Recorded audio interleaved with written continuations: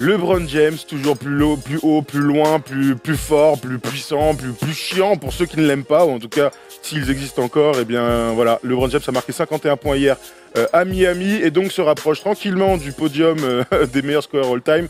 Regardez ses stats, hein, 51 points, 8 rebonds, 3 passes, 2 steals, 19 sur 31 au shoot, 61%, une belle victoire d'un match géré face au Heat. Erwan, d'abord sur la performance, encore une fois incroyable, à reste 44 points contre Portland. Là. On va s'arrêter un peu parce que souvent quand LeBron James met des cartons, il y a beaucoup de jeux rapides. Tu le disais dans un tweet ce matin, très bien pensé d'ailleurs mon petit Thomas. Peu de lay-up pour notre ami LeBron James, des tirs de très haut niveau à chaque fois. Et quand il est comme ça, il est clairement injouable. Il y a finalement très peu de drive et je crois qu'il y a 2 ou 3 transitions, il met 3 dunks notamment. Il met 2 dunks tout seul. Et il en met un sur un rebond un peu bizarre. Il met un and one. Regarde sa shot sharp, merci Polo, regarde. Donc les deux petits au milieu là, c'est un dunk, 2 dunks et donc un and one à la fin du deuxième quart-temps. Sinon, ce ne sont que des tirs à 3 points, ce ne sont que des tirs très difficiles, des petits runners, des petits machins autour de la raquette, mais jamais sur le lay-up. LeBron est dans un style qu'on l'a vu, j'ai envie de dire, au playoff l'année dernière. Tu te souviens contre le match à Toronto là? Le match à Toronto, il met que des fade-away, il est dans une forme incroyable, mais son style a un peu changé. C'est chelou à dire, mais regardez la manière dont, quand il tire à 3 points, par exemple, il met plus du tout de sauce, il ne tire plus du tout en suspension. Il a les pieds au sol, il shoot, et c'est que avec les bras. Regarde cette stat incroyable. Il est tout en bras, ouais. Cinquième joueur de l'histoire à marquer 50 points ou plus dans 3 équipes différentes. Oui, LeBron continue de marquer l'histoire. On sait qu'il est pas, c'est pas un catch and shoot. Hein, c'est pas un genre de catch and shoot. C'est un joueur qui a besoin presque de dribbler ou d'avoir un petit peu de temps pour se mettre en rythme sur l'adresse extérieure. D'ailleurs, c'est un peu bizarre sur la défense du tir, notamment à Winslow. Ils l'ont beaucoup. Alors, on sait qu'en plus qu'il peut mettre à 10 mètres. Donc, bref, ils n'ont pas beaucoup donné de drive. Mais quand il commence à mettre au large, qu'est-ce que tu veux faire? Tu montes sur lui, il te drive, tu sais que ça s'est terminé, qu'il soit dans un bon ou dans un mauvais soir. Donc tu recules un peu et quand il te massacre comme ça, parce que hier, il les a massacrés du début à la fin. Il met 19 dans le premier quart-temps, il a 28 à la mi-temps, et puis il continue à tirer. En fait, il continue à tirer. Autour de lui, il n'y a que Caldwell Pope, j'ai envie de dire, qui a réellement existé. Et les Lakers n'ont pas eu besoin de s'employer collectivement, tellement LeBron, quand il est comme ça, est incroyable. Malgré tout, si je devais dire un petit bémol, c'est pas le plus gros bémol de tous les temps, je commence là, sur quelques matchs, à retrouver ce qu'on n'aimait pas des équipes de LeBron, c'est-à-dire qu'il n'y a plus aucun mouvement par moment, que c'est que du 1 contre 1 pour LeBron, tu vois, comme à Miami à un moment donné, comme Cleveland en finale surtout. C'est LeBron qui prend tout sur lui. C'est ce que tu attendais de lui à un moment donné, ce que tu me disais? Moi, ce début de saison des Lakers, j'étais un petit peu surpris des fois de voir le laisser faire de LeBron. Je fais autant, tonton, c'est pas toi le patron de la boutique. Et je trouvais qu'il y avait un petit peu trop de largesse, et notamment, alors certains soulignaient le bon début de saison de Javal McGee, mais Javal McGee qui prend des fadeaways, qui tourne à 14 points par match. Alors 7 sur les stats, c'est plutôt cool. C'est moins le cas ces derniers temps. Oui, enfin, il a hier. En tout cas. Voilà, mais c'était pas forcément bon signe. Et j'aime bien que tonton prenne un peu les choses en main, parce que ça ne peut que passer par lui. Que les autres s'éclatent autour, les Kuzma, les Ingram, les Maggie, Stephenson aussi, c'est très bien, il faut ça. Mais le patron, le taulier, c'est lui. Il faut absolument installer une hiérarchie. J'ai l'impression que depuis une semaine ou deux, il le fait, même si à Orlando, ça a été compliqué. Orlando, ils ont encaissé 130 points, ils n'ont jamais existé, ils ont été catastrophiques, mais ils ont battu Portland juste avant, 44 points de LeBron James. C'est la 3e fois dans l'histoire qu'un joueur, enfin oui, c'est le 3e joueur dans l'histoire du coup, qui marque 40 points ou plus 2 fois lors de sa 16e saison. Devine qui sont les 2 autres? Jordan? Non. 16e saison, je crois pas qu'il ait joué 16 saisons, Jordan. Chamberlain? Non. Les Lakers. Karim. Karim. Et un autre Laker. Kobe, évidemment. Qui d'autre que le plus grand croqueur de tous les temps avec Jojo? En tout cas, ce que je veux dire, c'est qu'il aime bien rentrer jouer contre ses anciennes équipes pour la première fois. LeBron, on se souvient avec Miami, que pour la première fois, il était revenu à Cleveland. Il a mis 38. Il a mis 38 dans un match âpre où il s'était fait insulter comme rarement. C'est aussi la première fois où ils avaient gagné 118-90, il les avait démontés. C'est aussi la première fois qu'il gagne, je crois, à Miami depuis 4 ans, parce qu'à chaque fois sur le match retour, il est blessé, ou il peut pas jouer, ou un truc comme ça, ou il perd. Il n'y avait pas D-Wade, son grand pote, c'est bien dommage, mais on a vu une belle accolade avec Udonis Haslem. Alors, je te pose la question juste comme ça, même si peut-être que ça reviendra un peu plus tard, on en discute depuis le début de la saison. Est-ce que c'est toujours lui le meilleur joueur de la ligue? C'est une bonne question. Aïe. Oui. Ouais, je vais dire oui quand même, parce que Durant est un peu dans le dur en ce moment aussi, parce qu'il n'a pas 40 concurrents non plus. Durant est un peu dans le dur. Antetokounmpo fait des belles choses, mais pour moi, c'est... Oui, aujourd'hui, pour l'instant, c'est Putain, c'est chiant. Oui, mais oui, j'ai envie de dire oui.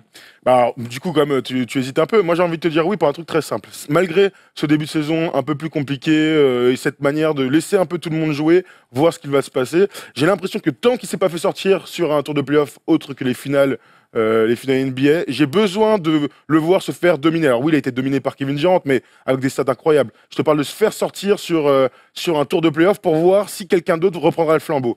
Non, il n'est pas MVP depuis longtemps, ça fait longtemps qu'il n'a pas été MVP. Tu penses qu'il faut aller aussi loin que ça pour. Ah oui, je pense, ouais. Parce que ça reste le daron. Et on en a parlé il y a une semaine. Tu disais, on a besoin que LeBron fasse des grosses perfs. Il met 44-51 avec un style incroyable, des fadeaways, des tirs à 10 mètres, des shoots. T'as l'impression que c'est facile. D'ailleurs, ça me fait penser à un truc. Sur la dernière action du match, il a 48 points. Il peut jouer encore selon les règles NBA, c'est-à-dire que les 24, ça défend encore et tout. Et Lance Stephenson nous dit, vas-y, t'es pas chiche de tirer à 3 points. Il fait, ah ouais? Il prend un tir alors qu'il y a 2 mecs sur lui. Bam, il marque. Et après, il reste comme ça sur lui. Il le regarde et donc il a expliqué derrière que c'est Lance Stephenson qui pointait parce qu'il se marrait avec ses potes. Donc voilà, donc pour moi encore aujourd'hui, c'est lui le boss, c'est lui qui change complètement la face d'une franchise. Même si KD est vraiment pas loin, vraiment de moins en moins loin, j'ai besoin qu'il se fasse sortir, mais avec perte et fracas, tu vois, d'une série de playoffs. Qui s'est fait sweeper quand même l'année dernière. Ce qui penche sur l'affaire de KD, ce que j'allais dire, c'est quand même les 2 dernières finales NBA où il a pris le meilleur sur LeBron James. Alors certes, les équipes ne sont pas les mêmes, on va pas refaire les débats. Non, bien sûr. Mais même dans les bugne à bugne, dans les 1-1, dans les match-ups directs, je trouve que Kevin Durant, sur les 2 dernières finales, a quand même pas mal de choses à faire valoir. Non, mais après, oui, on voit l'évolution de Giannis Antetokounmpo, il y a plein de choses à voir. Mais pour l'instant, j'ai lu dans les commentaires, c'était trop tôt pour le dire. Et effectivement, pour moi, c'est trop tôt. C'est trop tôt pour le dire. C'est encore le meilleur joueur de la planète. On parle de KD, on parle de Kawhi, ce sont les meilleurs joueurs. Il y a Lito Zoué qui nous pose une petite question. Si tu devais faire un top 4 entre LeBron des Cavs, LeBron du Heat, LeBron Cavs 2.0 et LeBron Lakers, tu classerais comment? Alors, LeBron Lakers, c'est un peu tôt, je pense, pour le truc, mais tu dirais quoi, toi? Le LeBron du Heat, quand il gagne les deux, quand il fait le back-to-back, quoi. Là, honnêtement, c'est une Moi, je le trouve extraordinaire. C'est la saison 2013-2014 où il écrase tout, ou 2012-2013, quand ils font une série de victoires incroyables. Il est incroyable, il joue poste 4 et il n'y a absolument rien à faire. Il est adroit comme jamais, il est dans des pourcentages magnifiques. Pour moi, c'est le meilleur LeBron. Et il défendait énormément à l'époque. Il cherchait le titre de meilleur défenseur de l'année. Là, on a vu une action face à Orlando où quand même il se fout de la gueule du basket en général. Ça aussi, ça va être quand même dans le leadership de LeBron, c'est bien de prendre les rênes en attaque, de mettre la hiérarchie en disant c'est moi le numéro 1. Ouais. Défensivement, il va falloir pousser une petite gueulante aussi, parce que certes, hier, la belle victoire à Miami, une belle réaction, mais réaction parce que défaite minable à Orlando qui marque. Alors que bonne période des Lakers, mais 130 points encaissés à Orlando, ça fait beaucoup trop pour nos amis. Alors qu'il y a une belle progression des Lakers. Là, vite fait pour finir sur ses stats, il est à 28,8 points en ce moment, il est à 52% au tir, dont un 39,6% à 3 points. Ça, c'est une très bonne stat, alors qu'il en tire 6 par match. Il est aussi un magnifique 75% dans ses francs, dans ses trucs. Tout ça pour dire que jeudi dernier, on parlait de son accession au top 3, voire au plus grand sommet des scoreurs all-time. Polo, tu peux me remettre le tableau, s'il te plaît? Alors, il est encore donc 5e de ce classement, mais il va se rapprocher tranquillement de Michael Jordan. Alors, selon les estimations, il devrait passer Michael Jordan en janvier, donc c'est dans 2 mois, ça va arriver très vite. Kobe est donc à 2000 points, à peu près un peu plus de 2000 points, donc en 2019, il pourrait le passer, puisque LeBron marque 2000 points en moyenne par saison. Il a 34 ans. Il a 4 ans de contrat avec les Lakers. Est-ce qu'il va garder ce rythme-là? 2000 points en moyenne, c'est-à-dire qu'il est à 27 points de moyenne.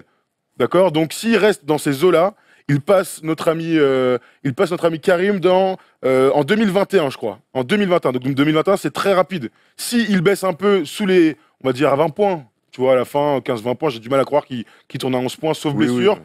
Franchement, il va le battre, mais haut la main. Pour moi, son objectif, c'est de passer les 40 000 points pour la première fois de l'histoire.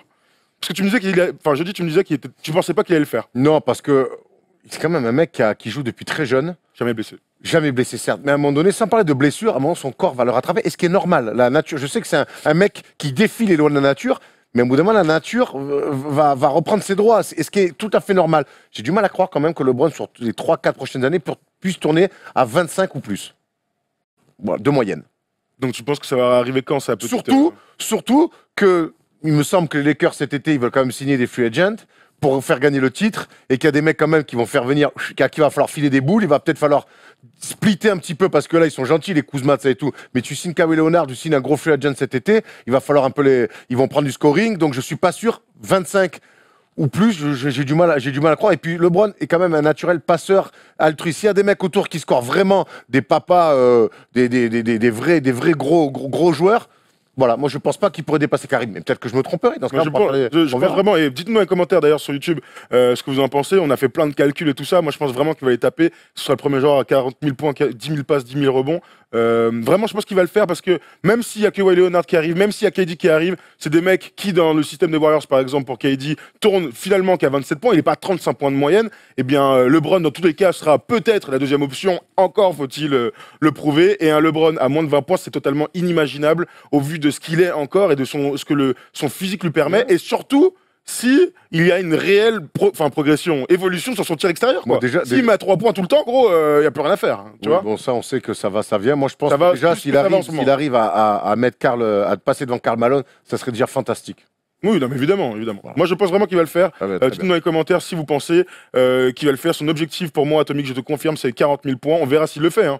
Et d'ailleurs, le jour où il sera à 40 000 points, on pourra relancer. S'il prend un titre avec les Lakers aussi, on pourra repenser au fameux débat. Est-ce que c'est le GOAT ou pas? Ah là, tu prends un titre avec les Lakers, tu fais le meilleur scoreur de l'histoire.